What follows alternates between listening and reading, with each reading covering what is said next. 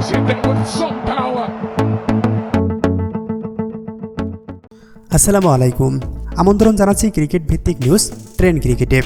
সত্যি অবিশ্বাস্য, তীরে এসে তরি ডুবল রয়্যাল চ্যালেঞ্জার্স ব্যাঙ্গালোর। এমনিতেই নাজেহাল অবস্থা রয়্যাল চ্যালেঞ্জার্স ব্যাঙ্গালোর। 7 ম্যাচে 6টিতে হেরে পয়েন্ট টেবিলে তলানিতে অবস্থান করছে বিরাট কোহলির দল। আসরের দ্বিতীয় ম্যাচে জয় পেলেও হেরেছে 5টি ম্যাচ। দলটি আজ নিজেদের 8ম ম্যাচে মুখোমুখি হয়েছে কলকাতা নাইট রাইডার্সের।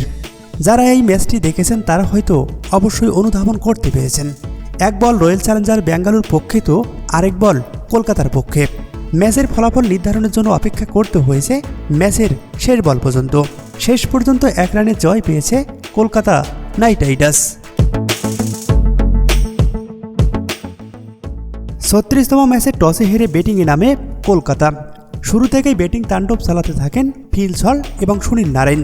ফিল সল্টের ব্যাটিং তাণ্ডব, সেই সাথে শ্রেয়াস আইয়ারের ব্যাটিং তাণ্ডবে 6 উইকেট হারিয়ে কলকাতা নাইট রাইডার্সের সংগ্রহ 222 রান।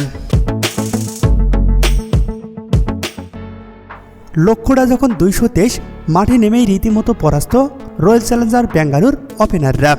বিরাট কোহলি তো আউট হয়ে আম্পায়ারের সঙ্গে তর্কে জড়ান।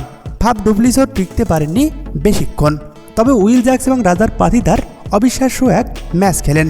দলকে জয়ের বন্দরে নিয়ে যাচ্ছিলেন তারা দুজন, কিন্তু তারাও কাজের কাজ করতে পারেননি।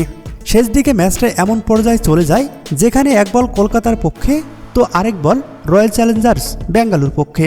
শেষ পর্যন্ত শেষ ওভারে জয়ের জন্য ব্যাঙ্গালোর প্রয়োজন ছিল 21 রান। সেই ওভারে স্টার্ককে 3টি বল ছক্কা মারেন করুণ শর্মা। এর পরের ওভারেই তাকে আউট করেন মিচেল স্টার্ক। শেষ বলে জয়ের প্রয়োজন ছিল মাত্র 3 রান। সেই বলে দৌড়ে 1 রান নিলেও দ্বিতীয় রান করতে পারেননি। রান আউট হয়ে যান লকি ফার্গুসন। তাতেই জিতে যায় কলকাতা।